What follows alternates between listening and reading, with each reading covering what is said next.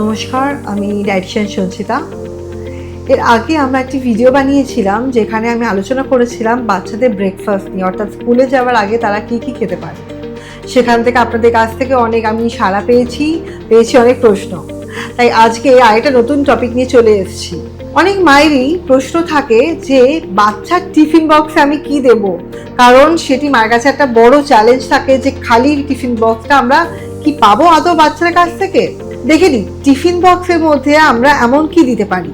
Tiffin বক্সকে এমন করে সাজাবেন যেটা হবে ব্যালেন্সড, কালারফুল এবং আকর্ষণীয়, যেটা বাচ্চারা ইজিলি খেতে পারে, কারণ টিফিন টাইমটা খুব ছোট। তাই তাদের যাতে মাখামাখি হাতে না হয়, ঝোল টোল বেশি দেবেন না, সেটা খুব অ্যাট্রাকটিভ এবং কালারফুল করবেন। এবং সেই টিফিন বক্সটিতে এমন জিনিস দেবেন যেটা হবে ফুললি ব্যালেন্সড, অর্থাৎ প্রোটিন যেখানে থাকবে ফাইবার, ভিটামিনস, মিনারেলস ও সাথে কিছু হেলদি ফ্যাটও। কারণ এই টিফিন বক্স থেকেই কিন্তু বাচ্চারা পাবে ইনস্ট্যান্ট এনার্জি, পড়াশোনায় থাকা কনসেন্ট্রেশন এবং ফুলনেস।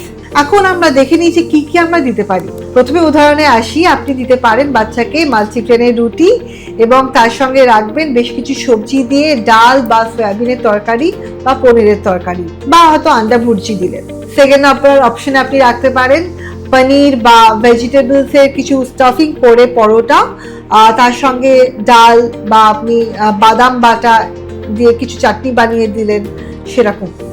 তৃতীয় নম্বরে আপনি রাখতে পারেন স্প্রাউটস, যেগুলো বিভিন্ন ধরনের ডালকে ভিজিয়ে অঙ্কুরিত যে ছোলা থাকে বা অন্যান্য ডালগুলো, সেগুলো সর্ষে টমেটো দিয়ে, পেঁয়াজটাকে পারলে একটু অ্যাভয়েড করবেন, দিতে পারেন তার মধ্যে বেশ কিছু সিডসও মিশিয়ে, তাহলে ওটা একটা কম্প্যাক্ট নিউট্রিশনের ডাব্বা হবে।